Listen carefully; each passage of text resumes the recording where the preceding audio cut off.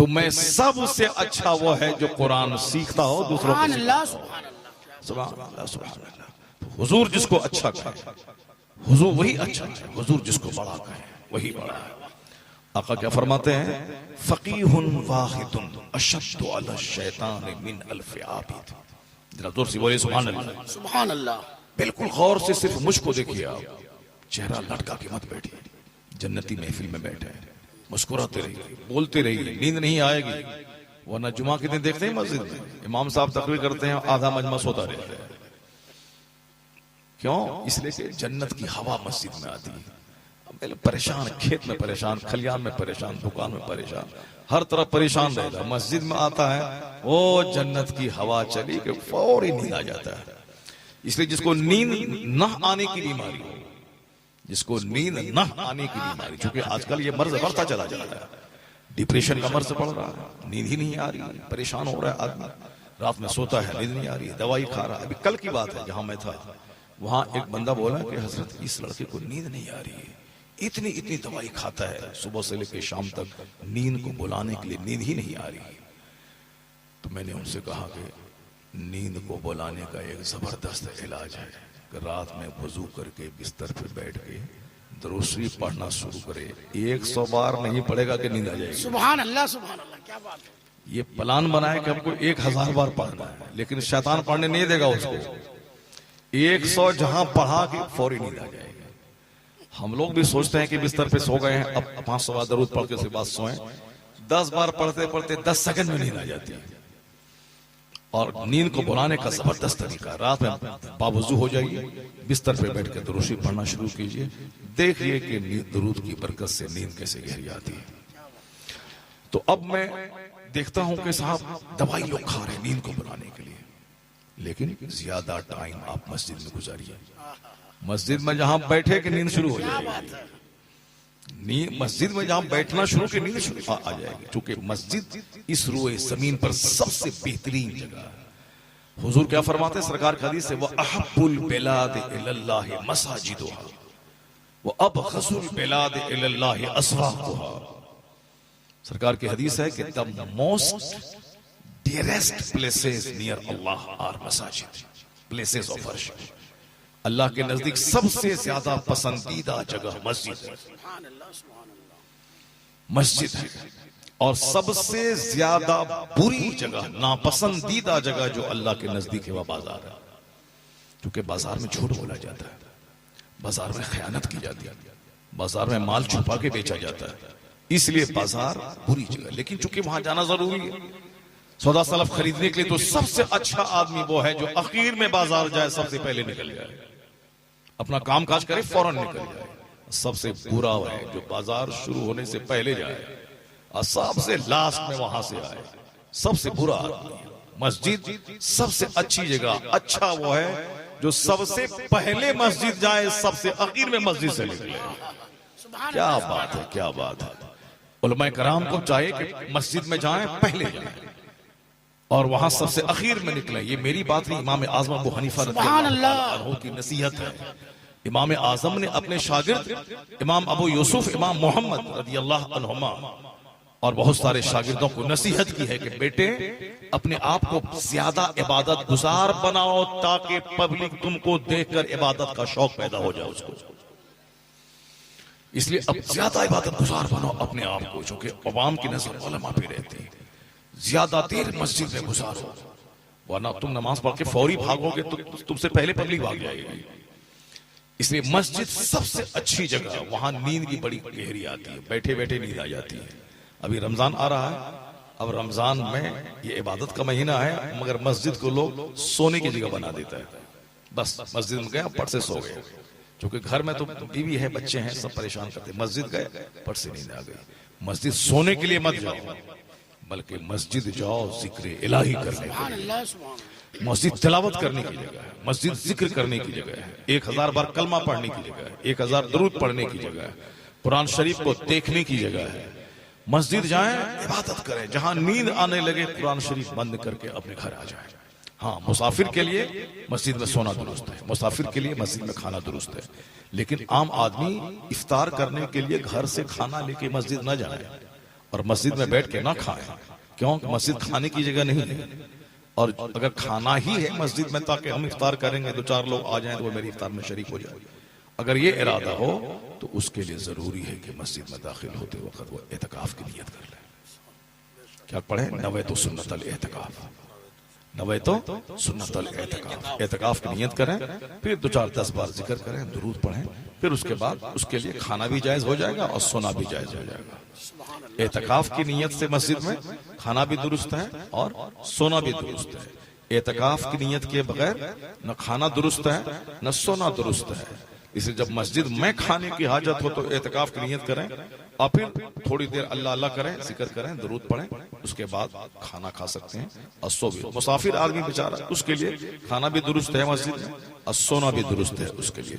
बहुत सारे इलाके में माह रमजान में भीड़ लगती है मस्जिद में, खूब दाने की तौहीन होती है, आधा खाना है आधा फेंकना है, असहाब मुसल्ला जयनमाज को आलूदा कर देना है। बिल्कुल नहीं, मस्जिद में 5 आदमी खाए ताकि मुसाफिर लोग आए उनके साथ बैठ के खा लें। बाकी चूंकि रमजान आने वाला है इसलिए मैंने एक मसला बयान कर दिया आपके सामने। सारे लोग अपने घर में इफ्तार करें, अपने घर में दोस्त अहबाब को बुलाएं, दावत दें, इफ्तार करें और नमाज बाजमात पढ़ने के लिए इफ्तार करके फौरी मस्जिद में आ जाए। थोड़ा सा खाएं, इफ्तार किया, खजूर खाया, पानी पिया, मस्जिद में आके नमाज जमात से पढ़ी, फिर घर गए अपना आराम से डट के आधा घंटा तक खाना है, जो भी खाना हो, रोटी हो, चावल हो, जो भी हो, पूरा डट के खाना है, मगर नमाज जमात नहीं छोड़नी। अल्लाह तबारक व तआला हम सबों को मस्जिद का एहतराम करने की तौफीक अता फरमाए। आमीन आमीन। जिसको पेशाब वशाब लग जाए वो जा सकते हैं, वरना आम आदमी मत जाइए जलसे से। जलसे में रहमतों की बारिश होती है, इसमें नहाइए। शैतान तो बदन में खुजली पैदा करता है ताकि जन्नत से निकल करके तुम भाग जाओ। इसे शैतान का मुकाबला करना है। खुजली पैदा हो, शैतान लाहौल पड़ना है। पेशाब पाखाने का एहसास हो तो उसको पहले इग्नोर करना है, तकरीर की तरफ ध्यान देना है। अगर सख्त हाजत हो तो फौरी अदब से निकल जाना है और उसके बाद फिर वापस वहां से आ जाना है। जलसे को खराब नहीं करना। ये दीनी महफिल है, जिक्र की महफिल है। जो इसको आबाद करता है अल्लाह उसको आबाद करता है, और जो दीनी महफिल को बर्बाद करता है, चाहे जलसा में ना आकर के हो या जलसे के खिलाफ बगावत करके हो या जलसे के खिलाफ प्रोपेगेंडा करके हो, जो मस्जिद को वीरान करेगा अल्लाह उसको वीरान कर देगा। जो जलसा को उजाड़ेगा अल्लाह उसको उजाड़ देगा। ये उजाड़ने की महफिल नहीं, सनीमा हाल को उजाड़ा जाए, शराब की भट्टी को उजाड़ा जाए, ताश जुआ खेलने की मंडी को उजाड़ा जाए, जहां झूठ की खेती होती है उसको उजाड़ा जाए, और जहां जिक्र इलाही होता हो वो महफिल आबाद किए जाए ताकि अल्लाह आपकी जिंदगी को आबाद कर दे। सुभान अल्लाह सुभान अल्लाह। ये आबाद करने की महफिल है, उजाड़ने की महफिल नहीं है। यहाँ बल बाअदब आए, करीने से आए, बैठे और से सुने, कुरान सुने, हदीस सुने, अल्लाह का डर दिल में पैदा करें। फिर यहाँ से जब निकले अहद करके जाएं कि हमारा गुनाहों का बहुत सारा बोझ हल्का हो चुका है। सुकून दिल मिलेगा अलग, गुनाहों का बोझ हल्का होगा अलग, नेकियों का शौक पैदा होगा अलग, गुनाहों से नफरत पैदा होगी अलग। एक अच्छा इंसान बनने का फैसला यहाँ से होता है, एक अच्छा इंसान बनने का तरीका यहाँ सिखाया जाता है। ये वक्त गुजारी या तफरी, रिलैक्सेशन, इंटरटेनमेंट की महफिल नहीं है। ये महफिल है अल्लाह का जिक्र सुन के अपनी जिंदगी को सजाने और संवारने की। अब जरा गौर से सुनिए वो हदीस पाक जिसको मैं सुनाना चाहता हूँ। आका करीम अलैहिस्सलाम क्या फरमाते हैं? इख्तनिम खमसन क़ब्ल खमसिन। हदीस पाक को याद किया कीजिए। गाने तो सबको याद होते हैं मगर हदीस सबको याद नहीं होती। छोटे छोटे बच्चे को गाने याद है, औरतों को गाना याद है। साहब जाहिर सी बात है, जो एक बार सुनने से याद नहीं होता है, बार बार जिसको सुनता है तब वो चीजें याद होती है। इन बच्चों को देख लीजिए, इन्होंने कुरान शरीफ एक बार पढ़ने से याद नहीं, एक एक वर्ड को 50-50 बार रखना पड़ता है तब जाके याद होता है। और फिर उसको बार बार याद रखने के लिए रिवाइज किया जाता है। ये सबक पारा सुनाते हैं, ये आमोख्ता सुनाते हैं, फिर अगला सबक लेते हैं। यानी जो सबक, जिस पारे में सबक है उसको याद करना है, और जो आमोख्ता याद कर चुका है उसको सुनाना है। फिर अगला जो याद करना है उसको रिहर्सल करना, उसको पढ़ना है कायदे से, बिल्कुल साहब मखारिज की अदायगी के साथ, ताकि आदमी गलत रट न ले। इतनी मेहनत है। और तब जाकर के कुरान पाक याद होता है। और सारी जिंदगी याद रखने के लिए रोजाना मामूल के मुताबिक तिलावत करनी पड़ती है, वरना जहां छोड़ा फौरन कुरान सीने से निकल जाता है। आप देखते हैं, आप 25 साल से तरावी सुना रहा है मगर फिर भी आगे पीछे आगे पीछे आगे पीछे। आप लोगों को सबको अंदाजा होता होगा हाफिज जी आगे पीछे कर रहे हैं, आगे बढ़ नहीं रहे हैं। अब पीछे में कोई हाफिज है नहीं, वो लुकमा कैसे देगा? अब वो बढ़ नहीं रहा था, अब वो क्या करेगा? अल्लाह अकबर, रुकू में चला जाएगा, फिर अगले रिकात में कुछ पढ़ करके वो सलाम फेरेगा, फिर कुरान शरीफ खोल के वो देखेगा। ये इंसान है, चाहे जितना भी पढ़े मगर कमजोरी है, वो भूल जाता है। लेकिन ज्यादा वो भूलता है जो साल में कुरान शरीफ को बंद करके रख देता है। रमजान आया, एक महीना पहले से रटना शुरू किया और रमजान के दिन में मेहनत करना है और रात में तरावी सुनाना है, वही आगे पीछे आगे पीछे आगे पीछे करता है और जरा से लाइन मिली सड़क से आगे बढ़ जाता है। इसलिए हर मस्जिद में हाफिज कुरान के पीछे एक कुरान सुनने वाला होना चाहिए, सामने समात करे, और जहां आगे वो भूले ये पीछे से उसको लुकमा दे। और इस तरह से दोनों आदमी, दो हाफिज एक मस्जिद में रहेंगे। या फिर सबसे बेहतर तरीका है कि 10 रकात एक हाफिज पढ़ाए और 10 रकात दूसरा हाफिज पढ़ाए। अब 3 पारे पढ़ना है रोजाना, 3 पारे में 1.5 पढ़ा, ये हाफिज पढ़ेगा और 1.5 वो पढ़ेगा, वो पढ़ेगा, ये सुनेगा, ये पढ़ेगा, वो सुनेगा। इसलिए पढ़ने से ज्यादा सुनने से कुरान पाक याद होता है। और सुनने वाले को ज्यादा एक्टिव रहना चाहिए, क्योंकि उन गलती पकड़ना है, कहां गलती हो रही है, कहां आयत छोड़ के भाग रहा है। दोनों एक्टिव रहेंगे, दोनों को जबरदस्त कुरान याद रहेगा। मैं कहता हूं, अक्सर नसीहत देता हूं कि रोजाना आप 3 पारे पढ़ने का मामूल बना लें। माह रमजान में बिंदास होकर आप सहरी खाएं, इफ्तार करें, आप तिलावत करें, दरूद पढ़ें, खूब आराम से सोएं। अब मेहराब पे खड़े होके आराम से कुरान पाक आप सुनाएं। क्यों? जो डेली 3 पारे कुरान पढ़ेगा, महीने में 3 खत्म करेगा, वो 3 खत्म करेगा, 11 महीने में 33 खत्म। जो 33 खत्म कर चुका हो उसको रमजान में 1 खत्म सुनाने में क्या लगा होगा उसको। इसलिए अब जो पढ़ेगा ही नहीं सारा साल, तो फिर तो वो आगे पीछे भी करेगा, भूलेगा भी। आप बीच बीच की जो सूरतें उसको छोड़ के आगे बढ़ जाएगा। एक हाफिज के पीछे मैं तरावी पढ़ रहा था अपनी मस्जिद में, वो सूरह दुखान छोड़ के आगे बढ़ गए। एक हाफिज सूरह वाक़िया छोड़ के आगे बढ़ गए। अब इस तरह आपको क्या मालूम है कि सूरह दुखान छोड़ा है, कि वाक़िया छोड़ा है, कि नमल छोड़ा है, कि राज छोड़ा है? आप क्या जानेगा? अब अगर आप तो हाफिज है नहीं। हाँ, अलबत्ता सूरह यासीन छोड़ के कोई भागेगा तब पब्लिक पकड़ लेगी उसको, क्योंकि सबों को सूरह यासीन अक्सर लोगों को याद है, तब वो पकड़े जाएंगे। इसलिए खूब जबरदस्त ढंग से कुरान पाक पढ़िए, मेहनत कीजिए, उसको रटना पड़ता है। तो जब तो हदीस पाक को रटना पड़ता है, तब याद होती है हदीस पाक, तब सुनाने के लिए और जबरदस्त रटना पड़ता है। इसलिए बहुत सारे लोग किस्सा कहानी बोलते हैं, क्योंकि किस्सा कहानी बोलना, अपनी जबान में बोलना, नमक मिर्च लगा देना, ये आसान काम है, मगर हुजूर की हदीस पढ़ के सुनाना ये मुश्किल काम है। उसके रटना पड़ेगा, याद करने के लिए रटना भी होगा, दूसरों को सुनाने के लिए ज्यादा रटना होगा उसको। जैसे हमको सूरह यासीन शरीफ याद है, लेकिन अब हम इशा की नमाज में नहीं पढ़ा सकते हैं। नहीं, अपना याद होना अलग है और मुसल्ले पे खड़ा होके तिलावत करना ये अलग है। वरना हाफिज जी को चाहे वो 30 दिन में 30 नमाजों में 30 अलग अलग सूरतें पढ़ेंगे, नहीं, बस वही लक़द जाअकुम रसूलुम मिन अनफुसिकुम, वो मौलाना साहब भी पढ़ रहे हैं, हाफिज जी पढ़ रहे हैं। हल अताका हदीसुल जुनूद फिरऔन व समूद, ये मौलाना साहब भी पढ़ रहे हैं, हाफिज जी भी पढ़ रहे हैं, ये भी पढ़ रहे हैं साहब कुल। और फिर वो ला यस्तवी असहाबुल, है ना, हाँ, असहाबुन नार असहाबुल जन्नह, ये मौलाना साहब भी पढ़ रहे हैं, हाफिज जी पढ़ रहे हैं। अरे साहब, जब हाफिज मस्जिद का इमाम बनेगा तो ये हर रकात में अलग अलग सूरत पढ़ेगा, ये भी वही क्यों पढ़ेगा जो मौलाना साहब पढ़ रहे हैं? इसका मतलब है कि याद होना और है, तरावी में सुनाना और है, तरतील के साथ नमाजों में तिलावत करना और है, उसके लिए मशक करनी पड़ती है। और जो सूरत, अब किसी को बोलेंगे सूरह यासीन सुनाओ, नहीं सुनाएगा। अब उनको बोलेंगे आप साहब सूरह यूसुफ की शुरू करके सुनाए, वो फट से पढ़ने लगा, अलिफ लाम रा तिल्क आयातुल किताबिल मुबीन इन्ना अंज़लनाहु, वो पढ़ना शुरू कर देगा, क्योंकि उस पर मशक है उसको। इसलिए कुरान पाक को पढ़ने के लिए खूब मशक करना पड़ता है। तो आप बच्चों को जो गाना याद होता है, ऐसा नहीं कि एक बार गाना सुना याद हो गया, नहीं, वो बार बार सुनता है उसको। मोबाइल में सुनता है, पहले टेलीविजन में सुनता था, शादी ब्याह में रिकॉर्डिंग में सुनता है, यानी बार बार सुनने के बाद तब उसको गाना याद होता है और तब वो गाना गाता है बच्चा। इसलिए अब मगर वो जल्दी याद होता है, क्योंकि शैतान उसको जल्दी याद दिला देता है उसको। इसलिए हदीस याद करने के लिए बार बार सुनना पड़ेगा, और हदीस सुनने के बाद अपने घर में बाल बच्चों को सुनाना होगा।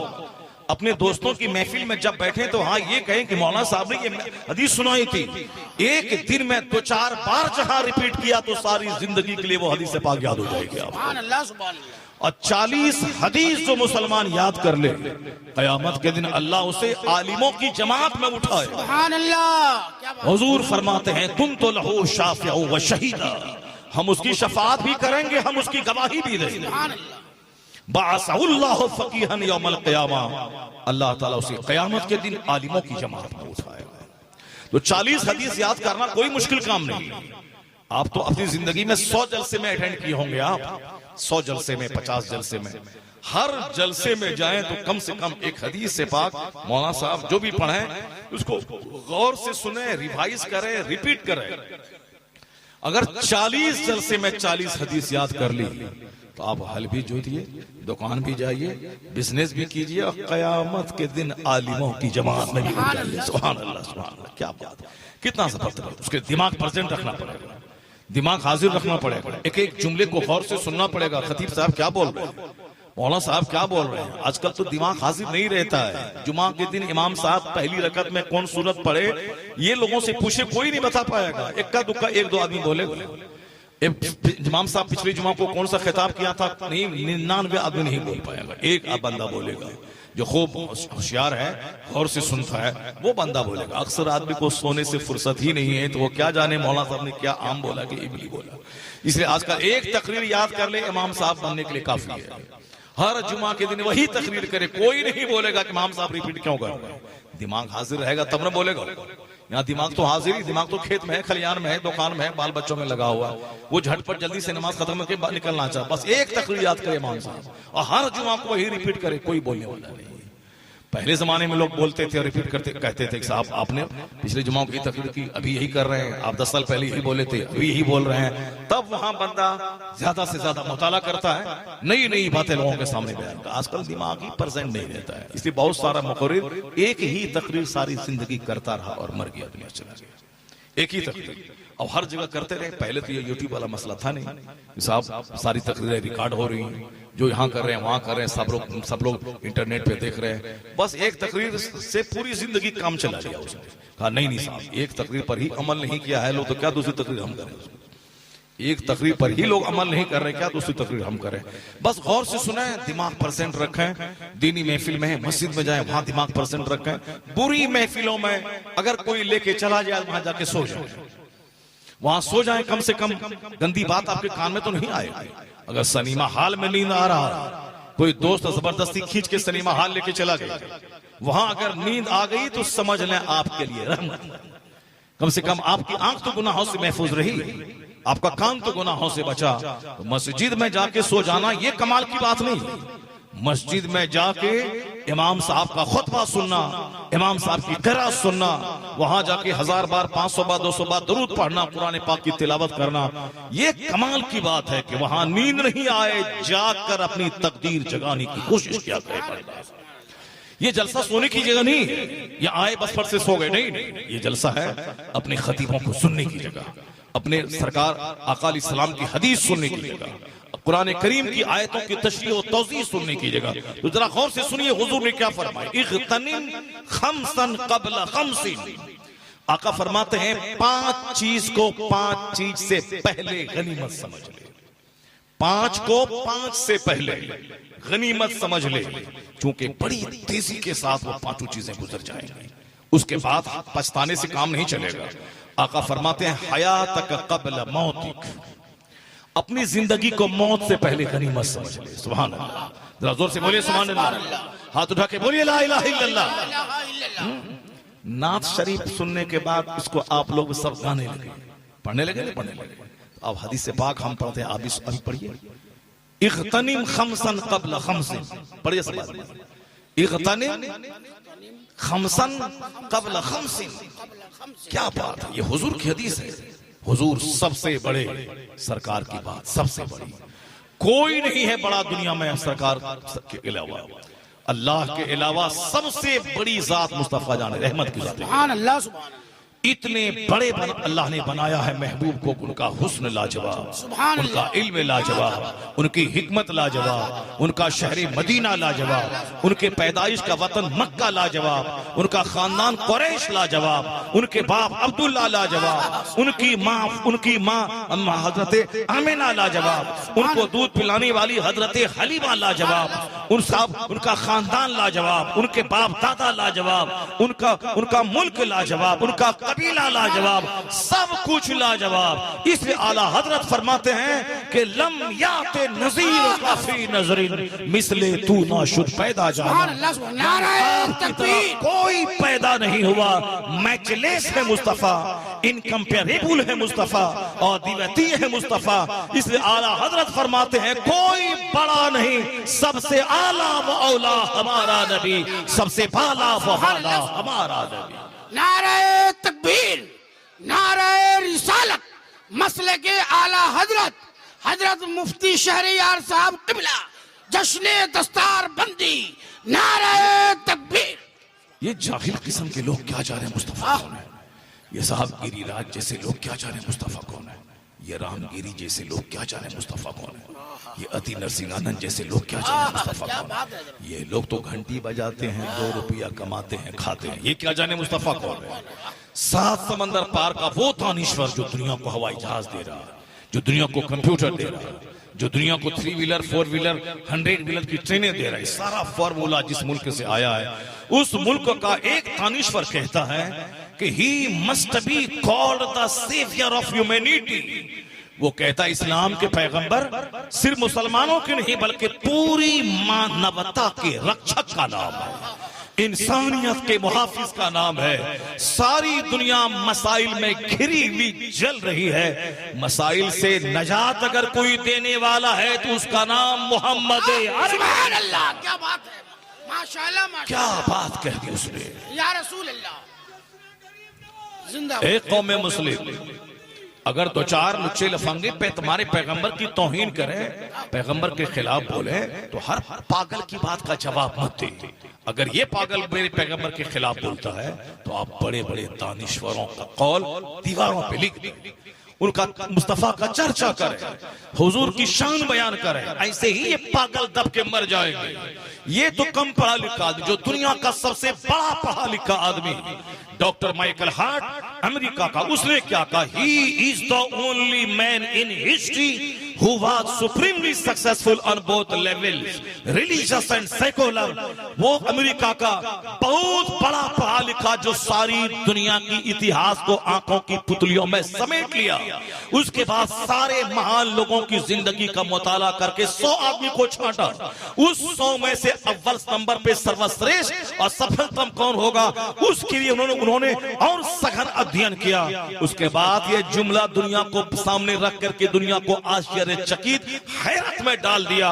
वो क्रिश्चियन था, लोग कहते थे जनाबे ईसा को सबसे बड़ा सब बोलेगा। वो साइंटिस्ट था, लोग कहते थे न्यूटन को सबसे बड़ा बोलेगा। लेकिन जब किताब द 100 नामी परेश से छप के बाहर आई तो दुनिया दंग रह गई कि सबसे अव्वल नंबर पे डॉक्टर माइकल हार्ट न न्यूटन का नाम दिया न हजरत ईसा का नाम दिया, उसमें लिखा मोहम्मद अरबी is the greatest successful most successful personality of the world। he is the only man in history who was supremely successful on both levels, religious and secular। वो कहा दुनिया का अकेला इंसान मोहम्मद अरबी है जो मजहबी और सियासी एतबार से सबसे ज्यादा कामयाब तरीन इंसान हुआ। he is the only man in history, यानी इतिहास का इकलौता आदमी। खरबों इंसानों में अव्वल से लेके आखिर तक जितने महान लोग हैं सब में सबसे ज्यादा महानतम सफलतम कामयाब तरीन इंसान अगर कोई है तो मोहम्मद अरबी की जात है। उन्होंने आगे रीजन उसका बयान किया कि कोई बड़ा होता है विज्ञान के क्षेत्र का तो वो दूसरे क्षेत्र में बड़ा नहीं होता, कोई बड़ा होता है राजनीति के क्षेत्र का, वो धर्म के क्षेत्र में बड़ा नहीं होता, कोई बड़ा इंडिया का होता है पाकिस्तान का बड़ा नहीं होता, कोई अमेरिका का बड़ा होता है वो चाइना का बड़ा नहीं होता, कोई अपने जमाने का बड़ा होता है हर जमाने का बड़ा नहीं होता। एक ऐसा आदमी जो हर अहद पे लाजवाब, हर जमाने के लिए लाजवाब, हर सदी के लिए लाजवाब, हर क्षेत्र के लिए लाजवाब, मजहब में भी और सियासी तौर पर एक जबरदस्त हुकूमत देने में। वो कहते हैं कोई नहीं मिलेगा, 1400 साल गुजर गए, उनकी अजमत का सूरज गहन में नहीं आया। वक्त बढ़ता जा रहा है, उनके मानने वालों की तादाद में इजाफा होता जा रहा है, यहां तक कि करोड़ों लोग उनकी बातों से फायदा उठा रहे हैं, रोशनी हासिल कर रहे हैं। 1400 साल पहले जो बात उसने कही थी, 14 सदियां गुजर जाने के बाद उसका महत्व घटा नहीं बल्कि महत्व बढ़ता चला जा रहा है। इसलिए इस धरती का लाजवाब इंसान कोई है तो मोहम्मद अल्लाह सुभान अल्लाह माशाअल्लाह, क्या बात है। He is the only man in history who was supreme businessman। बच्चा कहां भाग रहा है? हाँ, ये काम का आदमी है, पीछे से सामने आ गया। जितने लोग पीछे बैठे हुए हैं और मौका निकाल के भागने के चक्कर में, वो सब आगे आ जाइए। आगे की कुर्सियों को सबको भर दीजिए। अभी तकरीर ऐसा नहीं कि हम तकरीर कर दिए, तकरीर अभी शुरू कहाँ होगी। अभी मैंने जो तकरीर आयत मैंने पढ़ी है, उस आयत पे तकरीर करेंगे। अभी कम से कम आपको 3 कहानी सुनी है। आज मैं कहानी सुनाऊंगा, कुरान शरीफ की कहानी सुनाऊंगा, यहाँ वहां की कहानी नहीं सुनाऊंगा। इस किताब से, उस किताब से, फेसबुक से, व्हाट्सएप से, यूट्यूब से, इंस्टाग्राम से, अखबार से कहानी नहीं, ये सब कहानी। आज मैं कहानी कुरान पाक की कहानी सुनाऊंगा। सुभान अल्लाह, सुभान अल्लाह। कुरान पाक की 3 कहानी सुनाने का मेरा इरादा है, लेकिन अगर एक ही सुनाने में अगर ज्यादा टाइम हो गया तब तो फिर एक ही काफी है। लेकिन 3 कहानी, मैंने आयत वही पढ़ी है, नहनु नकुस्सु अलैका अहसनल क़सस। अल्लाह रब्बुल इज्जत क्या कहता है कि मैं तेरे सामने बेहतरीन कहानी सुनाता हूं। कौन कहा? अल्लाह कहता है। वही सूरह यूसुफ जो आप सुनते हैं हमेशा हर नमाज में, फजर में भी सुनते हैं और ईशा में भी सुनते हैं, इमाम साहब बार बार उसको सुनाते हैं। अलिफ लाम रा तिल्क आयातुल किताबिल मुबीन। उसके बाद क्या है? इन्ना अंज़लनाहु कुरानन अरबिय्यन लअल्लकुम ताक़िलून नहनु नक़ुस्सु अलैका अहसनल क़सस। हाँ, हम भी हाफिज बनने वाले थे। 10 पारा हिफ्ज़ किए थे, 10 पारा कर लिए थे। मौलाना बनने के बाद इमामत करते थे मस्जिद में, वहाँ टाइम ज्यादा मिलता था, इसलिए फजर के बाद रटते थे।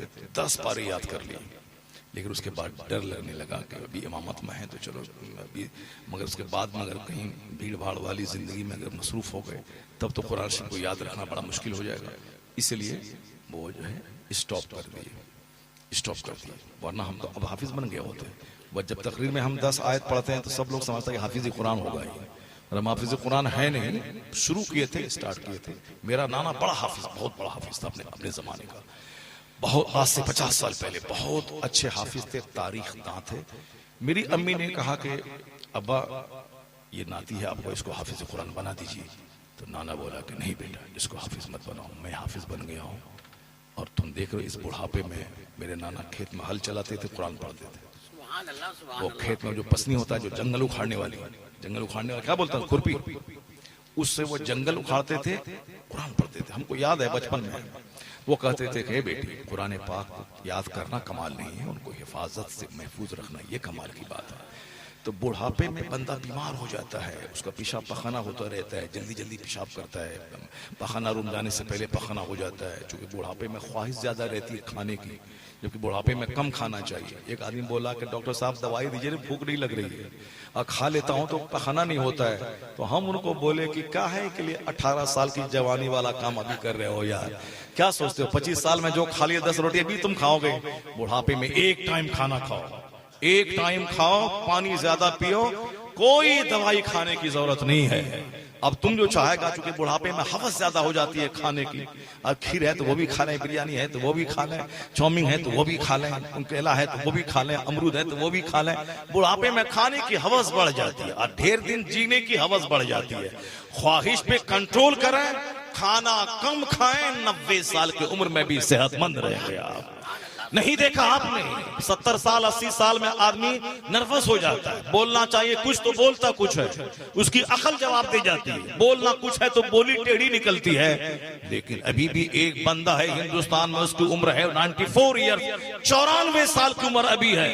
वह 94 साल का बंदा 18 साल के जवान की तरह 1.5 घंटा खड़े होकर आज भी तकरीर हदीस पढ़ेगा, जो जिक्र करेगा, जो नमाज पढ़ेगा, जो दीन का दर्द रखेगा, वो उम्र भी बढ़ेगी तो भी अल्लाह उनको उनकी अक्ल को पुख्ता कर देता है, उनकी जबान को अल्लाह रब्बुल इज्जत सीधी कर देता है, वो सीधी बातें करता है और अल्लाह उनके सीने में ताकत अता कर देता है। जो गुटखा खाएगा वो कमजोर होगा, जो झूठ बोलेगा वो कमजोर होगा, जो ताड़ी पिएगा वो कमजोर होगा, जो शराब पिएगा वो कमजोर होगा, जो सिगरेट खैनी खाएगा वो कमजोर होगा, जो झूठ बोलेगा वो कमजोर होगा, जो 10 आदमी के बीच में दूसरों का मजाक उड़ाएगा, गीबत करेगा, उसकी सेहत डाउन होगी, जो 3 दिन भर में 10 बार खाएगा उसकी सेहत खराब होगी, जो 10 घंटे सोएगा उसकी सेहत खराब होगी, जो टाइम बे टाइम खाएगा सोएगा, जो सोना चाहिए ईशा के फौरन बाद 9 बजे तो सोएगा रात के 3 बजे, उसकी सेहत खराब होगी। उठना चाहिए सुबह 5 बजे फजर से पहले, वह उठेगा 10 बजे, उसकी सेहत खराब होगी, उसका दिमाग खराब होगा, उसकी आवाज खराब होगी,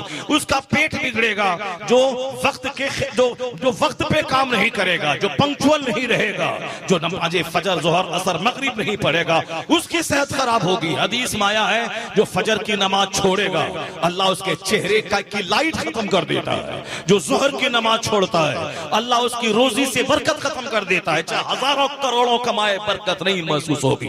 जो असर की नमाज छोड़ता है अल्लाह उसके बदन से ताकत खत्म कर देगा, जो मगरिब की नमाज छोड़ेगा अल्लाह उसकी औलाद से फरमाबरदारी खत्म कर देगा, उसकी नाफरमान औलाद पैदा होगी, और जो इशा की नमाज छोड़ेगा अल्लाह उसकी नींद से बरकतें खत्म कर देगा। तो नींद में बरकत के थोड़ा सोए, फ्रेश रहे, इशा की नमाज पढ़ के फौरी सो जाए, और रात दिन भर चेहरा चमकता रहे उसके लिए फजर की नमाज पढ़े, मुख्तसर सी रोजी में बरकत हो उसके लिए जोहर की नमाज पढ़ते रहे, और फिर बदन में ताकत रहे असर की नमाज पढ़ते रहे, औलाद मेरी नाफरमान न हो फरमाबरदार हो, मगरिब की नमाज पढ़े। 5 नमाजों का फायदा जन्नत वहां है और दुनिया में अलग अलग उसके फायदे हैं। चेहरे का नूर वहां मिलेगा और रोजी में बरकत वहां से मिलेगी, औलाद में फरमाबरदारी वहां से मिलेगी, नींद में राहत वहां से मिलेगी। तो नमाज फज्र छोड़कर जो चाहेगा मुझे ग्लेजिंग मिले, नहीं मिलेगा। जो नमाज जोहर छोड़ के सोचे बरकत मिलेगी, नहीं मिलेगी। जो नमाज असर छोड़ के चाहे सेहत मिलेगी, नहीं मिलेगी। जो नमाज मगरिब छोड़ के चाहे औलाद में बरकत मिले,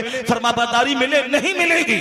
जो ईशा की नमाज छोड़ के चाहे कि नींद मेरे लिए काफी सेहतमंद हो जाए, नहीं होगी सेहत बख्श नींद उसके लिए। इसका मतलब ये निकला कि आज जो सेहतें बर्बाद हो रही है ये वक्त पे काम ना करने की वजह से, नमाज रोजा ना करने की वजह से। सच्ची तौबा करके नमाजों की पाबंदी करें और वक्त पे रोजा रखें, वक्त पे उठें और वक्त पे सोएं, फिर सेहतमंद भी रहेंगे, अक्लमंद भी रहेंगे, दौलतमंद भी रहेंगे। यही वो फॉर्मूला है जिसको यूरोप का दानिश्वर आज कहता है, early to bed early to rise makes a man healthy wealthy and wise. क्या कहा? जल्दी बिस्तर पे जाओ और जल्दी बिस्तर से उठ जाओ, तुम्हें अक्लमंद बनाएगा, दौलतमंद बनाएगा और सेहतमंद बनाएगा। सुभान अल्लाह। क्या नकीब साहब क्या कहा? Early to bed early to rise makes a man healthy wealthy and wise. क्या बात है! ये फॉर्मूला आज हम स्कूल में बचपन में पढ़े थे, इस किताबें पढ़े थे। Early to bed early to rise makes a man healthy wealthy and wise, यानी बिस्तर पे जल्दी चला जाना, ईशा की नमाज पढ़ के फौरन सो जाना, इधर उधर फजूल बातें नहीं करना। ईशा के बाद ही आजकल सारा काम लोग स्टार्ट करते हैं, शहरों में देख लीजिए। ईशा के बाद अब बिजनेस शुरू होता है कि अब ईशा के बाद कोई नमाज नहीं है, अब 4 घंटे तक पड़े हुए हैं बिजनेस में कर रहे हैं, जबकि ईशा की नमाज के बाद दुनिया की गुफ्तगू करना मकरूह है। क्यों? जितनी देर तक वह जगा रहेगा फजर की नमाज छूटने का अंदेशा रहेगा। अब रही बात के जलसा में, तो जलसा में तो चूंकि जलसा डेली तो होता नहीं है, ये तो कभी कभी होता है, साल में एक बार। आपके गांव में हर साल हर महीने जलसा होता है क्या? नहीं, बल्कि साल में एक बार जलसा होता है। तो जब आदमी शादी ब्याह के मौके पर पूरी रात जागता है, कोई घर में बीमार पड़ जाए पूरी रात जागता है, कोई फंक्शन पूरी रात जागता है, तो कभी कभी रात भर इसी जलसे के बहाने जाकर अल्लाह का जिक्र तो कर लिया जाए। सुभान अल्लाह। बहुत से लोग कहते हैं अरे साहब रात भर का जलसा मत कीजिए। हाँ ठीक है, डेली अगर जलसा करना है तब 11 बजे खत्म कर दीजिए, लेकिन साल में एक बार जब जलसा होता है तो उस जलसे को सुबह फजर तक चलने दीजिए, क्योंकि इसी जलसे के बहाने पूरी रात जाग तो जाए बंदा है। एक मौलवी साहब बोला कि नहीं ये रात सोने के लिए बना है। मैंने कहा हाँ बिल्कुल, अल्लाह ने रात सोने के लिए बनाया, दिन काम के लिए बनाया है। लेकिन मौलवी साहब हमको ये बता दीजिए कि इस आयत करीमा का क्या मतलब होता है? वल्लज़ीना युबीतूना लिरब्बिहिम सुज्जदन व क़ियामा। क्या मौलाना कौसर साहब, ये जबरदस्त आलिम दीन है। इन्होंने किताब का एक बंडल हमको दिया है मुताला करने के लिए। अभी है ना, सुभान अल्लाह। किताब पढ़ना नहीं आता, ये तो किताब लिख रहे हैं। क्या बात है साहब, किताब लिखने के लिए इल्म चाहिए, किताब लिखने के लिए इल्म चाहिए। ये देखिए हमारे मौलाना साहब मजहर साहब हैं, मैं आज उनके घर पे ठहरा हूँ सुबह से लेकर के मगरिब की नमाज तक, और पति के घर में वैसा मजा नहीं मिला जो इस मौलाना साहब के घर में मजा मिल गया। सुभान अल्लाह, सुभान अल्लाह। इतना जबरदस्त इंतजाम के आलिम दीन इस गेस्ट रूम में रहेंगे, जबरदस्त डेकोरेशन, सब अटैच बाथरूम, खाने पीने के लिए। परसों हम गए वहाँ, कल रात में गए जलसे में, वो दालमोट और बिस्किट खिलाया, दालमोट और बिस्किट। इस मगर मौलाना साहब के यहाँ गए तो बिल्कुल सुबह सवेरे, हजूर ये खा लीजिए, इसके बाद सोइए। क्या खिलाया? काजू, बादाम, ये जबरदस्त चीज। और साहब जो उड़ीसा का छेना पड़ा जो जबरदस्त मिठाई है, ये आलिम दीन है, और जबरदस्त प्लान इनका है। ऊपर में उन्होंने कहा कि नहीं, पूरे हिंदुस्तान का यूनिक मदरसा खोल रही है। सुभान अल्लाह, पूरे इंडिया का यूनिक मदरसा। मैंने तो आज तक ऐसा मदरसा नहीं देखा, मैंने तो आज तक नहीं देखा। हिंदुस्तान भर घूमे, ढेर मदरसा देखा, नहीं ऐसा नहीं है। इन्होंने लड़कियों का इदारा कायम करना है, इदारा बना रहे हैं। फॉल से सीलिंग, जो लाइटिंग अपने घर में हो वो लाइटिंग दरसगाह रसूल में होना चाहिए। और साहब सोने के लिए हर लड़कियों का अलग अलग बेड होना चाहिए, वार्डरोब होना चाहिए जहां अपनी किताबें रखे, लाइटिंग होनी चाहिए जहां अपने सिरहाने साहब बैठ करके किताबों का मुताला करे। इस तरीके से लेटरिन, बाथरूम, किचन, और साहब गुस्ल खाना, वजू खाना, टीचर के लिए अलग, और क्लासरूम अलग। बहुत से मदरसे में वहीं सोइए और वहीं पढ़िए, लेकिन यहाँ नहीं, हॉस्टल अलग, नीचे ऊपर में क्लासरूम। जबरदस्त एक जुनून है। दुनिया वालों को पैसा कमा के 2-4 घर खरीदने का जुनून है, इस बंदे को अपने ही घर में मदरसा बना के इल्म फैलाने का जुनून है। क्या बात, क्या बात है। इल्म फैलाना, इल्म बांटना, वरना दौलत की कोई हैसियत नहीं है इल्म के सामने। 1000 एकड़ जमीन होकर पढ़ा लिखा नहीं तो जानवर है। इसलिए कि इल्म से इज्जत मिलती है, इल्म से ताकत मिलती है। Knowledge is power, knowledge is light. इसलिए जमीन जगह के पीछे मकान सजाइए मत, अपने बाल बच्चों को पढ़ा लिखा दीजिए, उससे बड़ी कोई दौलत नहीं। बेशक बेशक। और इस दौरे जदीद के मुताबिक मदरसा भी लाजवाब, स्कूल भी लाजवाब, कॉलेज लाजवाब, औरतों के लिए अलग, मर्दों के लिए अलग, ताकि हमारी बेटियां काफिरों की गोद का खिलौना ना बने। पर्दे में रह करके वो इंजीनियर भी बने, डॉक्टर भी बने, प्रोफेसर भी बने, बैरिस्टर भी बने। इज्जत बचा के, इज्जत लुटा के नहीं। इज्जत लुटा के डॉक्टर बनी तो सीधे जहन्नम की आग में, और इज्जत बचा के डॉक्टर बनी तो दुनिया में खिदमत भी होगी, मरने के बाद गुजारा की जन्नत। बेशक, सुभान अल्लाह, सुभान अल्लाह। सिर्फ दुनिया के हुसूल के लिए जो हमारी बेटियां आज पढ़ रही हैं, गैरों के स्कूल में जा रही हैं, अक्सर व बेशतर जो केसेस आ रहे हैं गैरों की गोद में छूने लगी, गैरों की गोद में भाग गई, क्योंकि हमने उसको वो इदारा दिया जिस इदारे में आबरू गैर महफूज है। इसलिए हर मुसलमानों को चाहिए, मकान दुकान ठोक के क्या करेगा, मरने के बाद तो कब्र में जाना ही है। जो मौका मिला है दीन का काम कर जाए, अपने लोगों का को फायदा उठा। खैरुन्नास मय्यनफउन्नास, तुम में सबसे बेहतर वो है जो अपने से दूसरों को फायदा पहुंचाने वाला। The best among you is one who is profitable for others. तो मैं सबसे अच्छा आदमी वो है जो अपने से दूसरों को फायदा पहुंचाए, अपने से दूसरों को कष्ट नहीं पहुंचाए, अपने से दूसरों को फायदा पहुंचाए, अपने से दूसरों को लाभ पहुंचाए, अपने से दूसरों को गम दूर करने वाला बना दे, गम दे नहीं गम बांटने वाला बना दे, विद्या दान कर दे, यानी इल्म खैरात कर दे, जो सीखा है सिखा दे। अगर नहीं है पैसा, नहीं है इल्म, तो पैसा से मदरसा बना के, स्कूल बना के उसमें पढ़ने का केंद्र बना दे। वो दौलतमंद काबिल रश्क है जो अपनी दौलतों का इस्तेमाल दीन की खिदमतों के लिए करता है, और वो आलिम काबिल रश्क है जो इल्म पढ़ता है, इल्म सिखा के जहालत का अंधेरा दूर करता है। बहुत अच्छे। यही 2 लोग हैं इस रुए जमीन पर जो काबिल रश्क है। एक वो दौलतमंद जो अपने माल को ऊपर खर्च करता है, नीचे खर्च करता है, दाहिने से खर्च करता है, बाएं से खर्च करता है, अपने से दूसरों को फायदा पहुंचाता है। तब यह तमन्ना की जा सकती है कि या अल्लाह मुझे इस मालदार की तरह बना दे, और वरना जो पैसा पैसा कमा कमा के हर घर में टेलीविजन लगाता है, रात रात भर टेलीविजन देखता है, गंदी फिल्में देखता है, ऐश मौज करता है, बेटी की शादी में 10 करोड़ रुपए खर्च करता है, बाप बच्चे का बर्थडे पार्टी में 2-4 लाख रुपए खर्च करता है, कव्वाली करता है, डांसर को बुलाता है, फजूल खर्ची करता है, शान दिखाने के लिए हर साल अपने मकान कपोटी को बदलता रहता है, वो तो सीधे जहन्नम। कुल्लो बिनायों वबाल, हदीस में है हर तामीर वबाल है इल्ला भी जरूरत, मगर जो जरूरत के तहत हो। हर तामीर वबाल है मगर जो जरूरत के तहत हो, और जो नुमाइश के लिए हो, रियाकारी के लिए हो, वो तामीर बंदी के लिए वबाल है। तो आदमी उस दौलतमंद की तरह बनना ना चाहे जो सिर्फ खाने पे, पहनने पे, मकान बनाने पे खर्च करे। वो दौलतमंद काबिले रश्क है जो अपने माल से मखलूक की खिदमत करे, दीन का काम करे। वो तमन्ना करने के काबिल है, इलाही मुझे इनकी तरह बना दे ताकि मैं दूसरों के काम आ जाऊं। सुभान अल्लाह। इसलिए दौलतमंद पे हज फर्ज है, दौलतमंद पे ज़कात फर्ज है, दौलतमंद पे कुर्बानी वाजिब है, दौलतमंद पे सदका फित्र वाजिब है। सदका फित्र गरीबों के लिए, कुर्बानी की खाल गरीबों के लिए, ज़कात गरीबों के लिए, फितरा गरीबों के लिए। ये माल रहेगा तब ना ज़कात निकलेगी।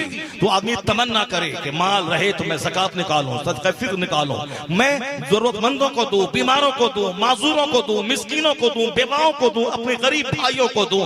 अपने माल में 2-4-10 लोगों का हक समझ ले कि जरूरत से ज्यादा अल्लाह माल इसलिए देता है, बेशुमार लोगों के हुकूक को अल्लाह रख देता है, और जब तक हक अदा होता रहता है अल्लाह माल बढ़ाता रहता है। और जब बंदा दांत से अपने लिए, बीवी के लिए, बच्चों के लिए ही माल को महदूद कर देता है तो अल्लाह देर सवेर उसके माल का दरवाजा बंद कर देता है, फिर वह भिखारी बन जाता है। बंदा क्या कहता है, इन्ना रब्बी अहानन, मेरे रब ने मुझको जलील कर दिया। अल्लाह कहता है कल्ला, मैंने तुझको जलील नहीं किया, कल्ला पल्ला तुक्रिमूनल यतीम वला तहादून अला तामिल मिस्कीन व ताकुलून तुरास अकल लम्मा व तुहिब्बूनल माल हुब्बन जम्मा।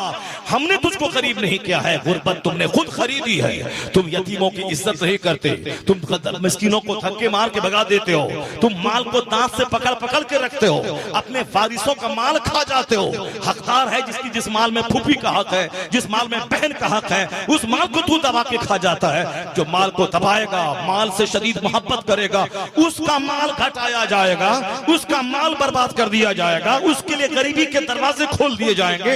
इसके जिम्मेदार तुम खुद ठहरोगे कि तुमने दौलत से मोहब्बत की, इसीलिए दौलत का दरवाजा बंद हो गया। लेकिन जो मिस्कीनों को देगा, यतीमों को देगा, गरीबों को देगा, माँ बाप की खिदमत करेगा, दीन का काम करेगा, वह खिदमत करता जाएगा, अल्लाह दौलतें अता करता चला जाएगा। बेशक नारे तकबीर, नारे रिसालत, मसलके आला हजरत। बहुत अच्छा। अब वो हदीस पाक सुनिए, हदीस पाक सुनाता हूँ, फिर उसके बाद मैं तकरीर शुरू करता हूँ। जोर से बोले सुभान अल्लाह, सुभान अल्लाह। हाथ उठा के बोले ला इलाहा इल्लल्लाह, जोर से ताकि नींद नहीं आए। माशाअल्लाह, आप तकरीर सुनने का आज आपने रिकॉर्ड कायम कर दिया। वो गलत लोग बोलते हैं उड़ीसा में लोग तकरीर नहीं सुनते हैं, क्या नाजिम साहब हैं, ये गलत बोलते हैं लोग तकरीर सुनते हैं। माशाअल्लाह क्या बात है, जबरदस्त तकरीर सुन रहे हैं आप लोग। अब तो यहाँ 4 घंटा भी मैं बोल दूं तो मुझको मैं थकूंगा नहीं, इस कदर तकरीर आप सुन रहे हैं। उड़ीसा के बारे में गलत अफवाह लोगों ने फैला दिया है इंडिया में। उड़ीसा के लोग तकरीर नहीं सुनते हैं, वो सिर्फ नाच सुनते हैं, 2-4 शायर को बुलाते हैं, मुशायरा करवाते हैं। गलत बात है वो। मैं भी तकरीर 1 महीने के अंदर मैं कई बार मैं उड़ीसा आया और 10 साल 15 साल से मैं आ रहा हूँ। ये मौलाना शफुल कादरी साहब जबरदस्त नकीब हैं साहब, इन्होंने पहले बुलाया और आज फिर कल की दावत थी, अभी और मैं फरवरी में आ रहा हूँ। मैं मेरी तकरीर में कोई लतीफा नहीं है, कोई कॉमेडी नहीं है। अगर मेरी तकरीर सुनी जा रही, इसका मतलब है कि लोग दीन सुनना चाहते हैं, लोग दीन सीखना चाहते हैं। तो मैं आपके इस गांव के मैं दाद देता हूं यहाँ के सारे लोगों को कि आलिमों की मेहनतों का नतीजा है कि आपने नाथखानी की महफिल कम करके हदीस कुरान सुनने पर आपने ज्यादा जोर दिया। सुभान अल्लाह, सुभान अल्लाह। सुनिए वो हदीस पाक, इख्तनिम खबसन क़ब्ल खमसिन। आका फरमाते हैं 5 चीज को 5 चीज से पहले गनीमत समझ ले। कौन? जो दुनिया का सबसे बड़ा मौलवी है, जो दुनिया का सबसे बड़ा रिफॉर्मर है, जो दुनिया का सबसे बड़ा अक्लमंद है, जो दुनिया का सबसे बड़ा दानिशमंद है, जो सारे रसूलों के सरदार है। दुनिया के सारे लोगों की अक्ल एक तरफ, मुस्तफा की अक्ल से वो निस्बत नहीं है दुनिया के सारे लोगों की अक्ल को, जो एक कतरा पानी को समंदर से निस्बत होती है। यानी मुस्तफा की अक्ल समंदर के मानिंद है और दुनिया के सारे दानिश्वरों की अक्ल हुजूर के सामने एक कतरा पानी है। इसलिए हुजूर ने जो बात कह दी 1400 साल पहले, वो बात आज 1400 साल के बाद भी मोस्ट इंपॉर्टेंट है। वो बात है सबसे ज्यादा वजनी और सबसे ज्यादा भारी भरकम और जिंदगी संवारने के लिए सबसे ज्यादा आदमी सक्षम है। वो बात है हुजूर कहते हैं हयात का कब्ल मौतिक, अपनी जिंदगी को मौत से पहले गनीमत समझ लो। ये जिंदगी कीमती जिंदगी, ये जिंदगी बहुमूल्य जिंदगी। अल्लाह ने सारी नेमतें तुम्हारे लिए बनाई हैं, आसमान तेरे लिए ताकि तेरा सीना वहशत से न फट जाए। अल्लाह ने जमीन बनाई, पहाड़ का खंबा बनाया ताकि जमीन हिले नहीं, और ये जमीन से बेहतरीन फसलें तुम पैदा करो। या जमीन के पहाड़ को देखो, नदी नाले को देखो, समंदर को देखो, अल्लाह रब्बुल इज्जत की कुदरत समझ में आएगी।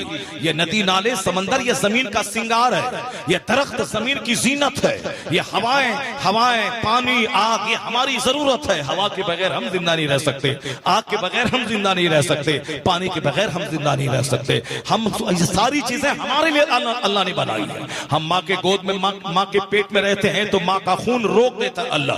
हर महीने जो एडिशनल खून निकलता है, बच्चा पेट में जैसे रहा वो खून का आना बंद हो गया। क्यों? अब वह खून बच्चा के बदन में जाएगा। तो अल्लाह बच्चे माँ के पेट में हमारी रोजी का इंतजाम माँ के खून से करता है। और जब मैं जैसे पेट से बाहर निकला, माँ की खुश्क छाती में अल्लाह दूध की नहर बहा देता है। पेट में अंदर रहे तो माँ का खून पी, अब पेट से बाहर निकले तो उसी खून को दूध बना के हमको पिलाया। और 2 साल के बाद जब माँ का दूध मेरे लिए हराम हो जाता है तो अल्लाह ने हमें गाय का दूध दिया, अल्लाह ने भैंस का दूध दिया, अल्लाह ने बकरी का दूध दिया कि 4 साल का बच्चा भी पिएगा, 94 साल का बुढ़ा भी पिएगा, सबके लिए जरूरत है दूध। हमारे जिस्म को गोश्त चाहिए, अल्लाह ने परिंदे बनाए, अल्लाह ने ये जानवर बनाए।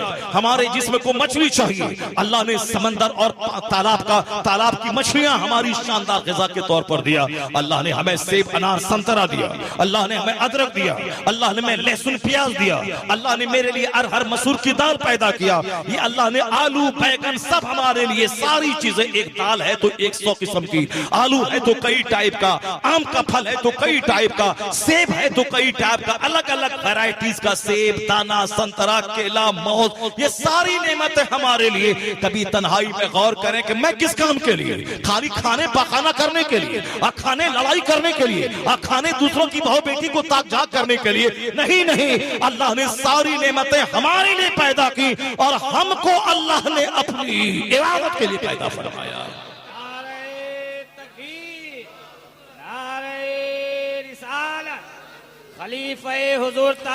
चूंकि बंदा गौर नहीं करता है, जब बंदा सोचता नहीं है, बस सिर्फ जो मुंह में आ गया बक बक बक बक बक रहा है, जो मिल गया खा रहा है, जैसे चाहा सो गया। यानी खाना पीना, सोना, घर बनाना, गाड़ी खरीदना, पेशाब पखाना करना, मर जाना, यही मकसद हयात नहीं है। हम मरने के बाद जहां जाना है वहां का एक दिन 50,000 साल के बराबर है।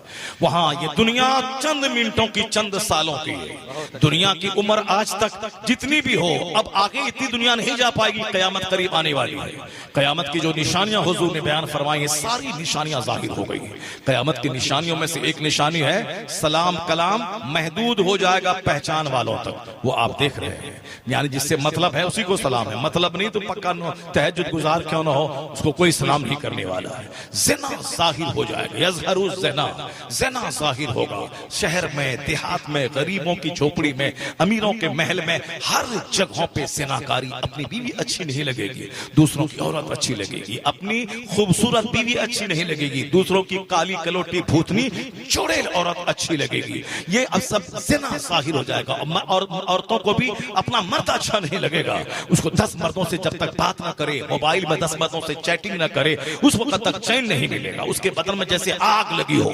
निकाब पहन के बाहर गई, निकाब को समेट के बैग में रखा, सामने चाहे जो मिल जाए, शमार मिल जाए, डोम मिल जाए, गैर मुस्लिम मिल जाए, उसके साथ अपना मुंह काला कर लिया जाए। यानी इतनी गर्मी पैदा हो गई है कि अब ये रह नहीं पा रही। पहले जमाने में 18 साल की औरत की शादी हुई, वह बेवा हो गई, वह 48 साल नहीं बल्कि 58-78 साल तक वो रहती थी जिंदा, मगर न उसकी जबान बहकती थी, न उसके पांव बहकते थे, न उसका हाथ बहकता था। मगर आज साहब यहाँ 8-8 साल की लड़कियां, जो 8-8 साल 8 क्लास में जो बच्चियां पढ़ रही है, उसके बारे में खबरें आ रही कि वो हामिला हो गई। यानी जो 8 8 क्लास में है, जो 9 क्लास में है, जो 10 क्लास में है, वो हामिला हो गई। 4 बच्चे की मां दूसरों के साथ भाग गई। नमाज पढ़ने वाली औरत मोबाइल चला चला के काफिर से प्यार हुआ, वो नमाज रोजा सब छोड़ के काफिरों के साथ काफिरा होके फिरार हो गई। ये आए दिन इस तरह की खबरें आ रही है। लोग खाने में मस्त है, लोग पाखाना करने में मस्त है, मकान बनाने में मस्त है, बीवी बिगड़ रही है, बच्चियां बिगड़ रही है। अपना बच्चा स्कूल कॉलेज में पढ़ने गया, वही किसी काफिरा से प्यार करके वो खुद गैर मुस्लिम मर के उसके साथ भाग गया। ये बताना होगा बच्चों को, बचपन से बच्चों को स्कूल में भेजने से पहले कि हम पैदा क्यों हुए हैं, हम क्यों मर जाएंगे, अल्लाह कौन है, रसूलुल्लाह कौन है, ये दुनिया की हैसियत क्या है, आखिरत क्या है। ये आखिरत की बात बच्चों की गुट्टी में पिलाना होगा, जन्नत और जहन्नम की बात पिलाना होगा। अगर आप पिला दें, आपकी बेटी अल्लाह का डर दिल में रखने लगे तो फिर क्या होगा, वह दूसरे मर्दों का चेहरा देख के काफिर ना हो जाएंगे। अगर कोई काफिर उनको बोले कि मैं 50 लाख महीना कमाता हूं, तू मेरे पास आजा रानी बन के रहेगी, तो मेरी बेटी इस कदर जन्नत की शौकीन, जहन्नम से बचने वाली, अल्लाह रसूल से प्यार करने वाली हो जाए, वह उसके चेहरे पे थूक के बोले मैं सारी जिंदगी कुंवारी रह जाऊंगी मगर ईमान का सौदा नहीं करूंगी। नारे तकबीर, नारे रिसालत, मजहबे इस्लाम, नारे तकबीर। यहाँ बच्चे उजड़ गए, बीवियां उजड़ गई, घर उजड़ गया। तो इसलिए कि मेरे घर में चर्चा फिल्म का होता है, कुरान का नहीं होता है, चर्चा हदीस का नहीं होता है, चर्चा बुजुर्गान दीन का नहीं होता। बस कॉन्फ्रेंस होती है गरीब नवाज के नाम से। मगर गरीब नवाज की माँ कैसी थी, गरीब नवाज का बाप कैसा था, गरीब नवाज का खानदान कैसा था, हम वो बातें अपने घर में अपने बच्चों की घुट्टी में नहीं पिलाते हैं। गरीब नवाज की माँ रात भर तहज्जुद के लिए जब 12 बजे के बाद बैठती थी, तहज्जुद की नमाज पढ़ने के लिए जागती थी, फजर की नमाज तक मुसल्ले पे रह के अल्लाह का जिक्र करती थी। बाप इतना साहिद था, सैयद गयासुद्दीन के मामूली सी जो प्रॉपर्टी उसके पास थी वही हलाल गज़ा पे कनात किए हुए थे और माले हराम को कभी टच करके नहीं देखा और इबादत और रियासत में लगे रहते थे। जब बाप सैयद गयासुद्दीन जैसा आबिद ज़ाहिद और माँ मुसल्ले पे रह के ईशा के बाद 2 घंटा सो के उसकी 12 बजे के बाद तहज्जुद के लिए उठी, सुबह तक कलमा पढ़ने वाली, तो फिर क्या हुआ, अल्लाह ने ऐसी जबरदस्त औलाद दी कि माँ जब हामिला थी तो माँ कहती हैं कि मैं सुना करती थी कि मेरे पेट से कलमा पढ़ने की आवाज आ रही है। जो बच्चा माँ की शिकम में हो कलमा पढ़ रहा हो, वही बच्चा पैदा होने के बाद हिंदुस्तान जब इल्म हासिल करने के बाद आए तो 90 लाख काफिरों को कलमा पढ़ा के साहिब ईमान बनाया। नारे तकबीर, नारे रिसालत। बहुत अच्छे। माँ लाजवाब थी तब बच्चा लाजवाब हुआ, बाप लाजवाब था तब बच्चा लाजवाब हो। बाप हो गुटखा खोर, बाप हो खैनी खोर, बाप हो सिनेमा देखने वाला, बाप हो गीबत शिकायत की महफिल सजाने वाला, अब माँ हो चुड़ैल फिल्म देखने वाली, दूसरों मर्दों का चेहरा देखने वाली, 10 मर्दों की गोद में झूलने वाली, वो जो चाहेगी कि मेरा बच्चा नेक कुतुब अब्दाल हो जाए। नहीं होता है इस दुनिया में ऐसा। आम का पेड़ लगा के सेब नहीं निकलता है वहां से, और गेहूं लगा के बासमती धान नहीं निकलता है वहां से। इस दुनिया का नियम है जैसा दरख्त वैसा फल, जैसी जमीन वैसी फसल। उड़ीसा वाला चाहेगा कि हम सेब उगा दें, यहाँ से नहीं होगा। सेब के लिए चाहिए बर्फीली जमीन, यानी शिमला की जमीन, कश्मीर की जमीन। आप जो चाहेंगे कि संतरा यहाँ उगा दें, नहीं होगा उड़ीसा में। उड़ीसा में मछली की खेती होती है, समंदर के किनारे है उड़ीसा। ये तालाबों का स्टेट है, मछली का स्टेट है, धान का स्टेट है। यहाँ धान होता है, यहाँ मछली की पैदावार होती है और बहुत सारी खेतियां होती हैं। कपास की खेती होती है। गुजरात राजस्थान इलाके में, चूंकि वह रेगिस्तानी इलाका है, समंदरी इलाके में खेती होती है किसकी, नीम की खेती होती है, केला की खेती होती है और अलग अलग। बिहार में धान की खेती होती है, गेहूं की खेती होती है। कश्मीर वाला चाहे कि मकई उपजाने नहीं होगा, बिहार वाला चाहेगा कि सेब उपजाने नहीं होगा।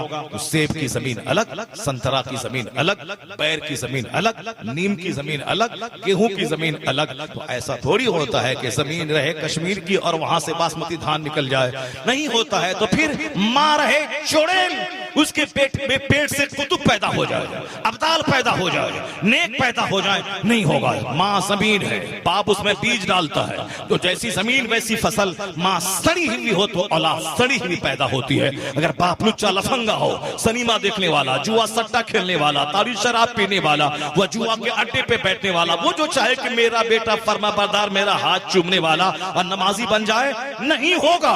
आम के पेड़ से लीची नहीं निकलती, तो एक बुरे बुरे माँ बाप के शिकम से भी कोई वली कुतुब अब्दाल नहीं पैदा होता। यह कानून है। जब माँ हुई रात भर जाग के तहज्जुद पढ़ने वाली, और बाप हुआ सैयद गयासुद्दीन, तब बेटा 90 लाख मुझ काफिरों को ईमान देने वाला मोइनुद्दीन चिश्ती जलाओ लेता है। और जब बाप हुआ मुजाहिद दिन भर जिहाद और रात भर नमाज, और माँ हुई सर से लेके पांव तक नेकी का पुतला, जिसको बाप ने कहा मेरी बेटी गोंगी लूली लंगड़ी अपाहिज गोंगी है, और बाप के एक एहतियात के खिलाफ कोई काम हो जाए, उस दाग को मिटाने के लिए 10 साल नौकरी करे, फिर लूली लंगड़ी से शादी करने को तैयार हो जाए। जब माँ नेकी का पुतला और जब बाप अल्लाह से डरने वाला, तब उस कोख से जो अल्लाह ने बच्चा दिया है, वही बच्चा कयामत तक के वलियों का सरदार अब्दुल कादिर जीलानी पैदा हुआ है। जब बाप हुआ मुफ्ती नकी अली खां, और माँ हुई तहज्जुद गुजार, तब बेटा अहमद रजा खां पैदा हुआ। और जब बाप हुआ अहमद रजा खां और माँ हुई तहज्जुद गुजार, तब बेटा मुफ्ती आज़म हिंद पैदा हुआ। और जब बाप हुए मुफ्ती आज़म हिंद, और जब दादा हुआ मुफ्ती आज़म हिंद, नाना हुआ मुफ्ती आज़म हिंद, और दादा हुआ हुज्जतुल इस्लाम, जिसे काफिर देखे तो कलमा पढ़ ले। और बाप हुए मुफस्सिर आज़म हिंद, और माँ हुई अपने जेवरात को बेचकर मदरसा चलाने वाली और मौलवी की तनख्वाह देने वाली। तब उसी कोख का बच्चा कमोबेश 10 करोड़ मुरीदों का मुर्शिद अख्तर रजा खां अख्तरी ताजुल शरिया पैदा हुआ। नारे तकबीर, नारे रिसालत, बस्ती बस्ती करिया करिया, बस्ती बस्ती करिया करिया, फैजाने आला हज़रत। क्या बात। सुभान अल्लाह, सुभान अल्लाह। ये देखिए दीवाना, यही दीवाना भुवनेश्वर